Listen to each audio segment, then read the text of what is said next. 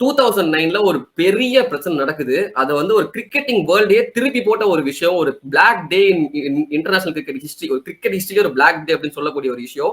So 2009 March டைம்ல வந்து பாத்தீங்கன்னா ஸ்ரீலங்கா வந்து பாகிஸ்தான் வந்து டூர் பண்ணி போறாங்க. ஸோ அந்த டைம்ல பாத்தீங்கன்னா செகண்ட் டெஸ்ட் டே 3 அன்னைக்கு ஒரு நார்மலான ருட்டீனான ஒரு டேவா தான் இருக்கு ஸ்ரீலங்கன் கிரிக்கெட் டீமுக்கு. அவங்க வந்து அவங்க ஹோட்டல்ல இருந்து கிளம்பி வராங்க ஸ்டேடியம்க்கு, சரிங்களா?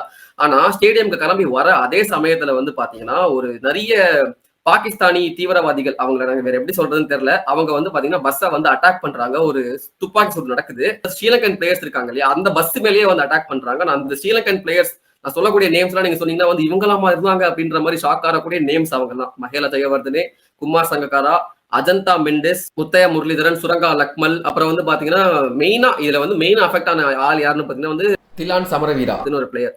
இவங்க எல்லாருக்குமே வந்து பாத்தீங்கன்னா பயங்கரமா வந்து அட்டாக் நடக்குது.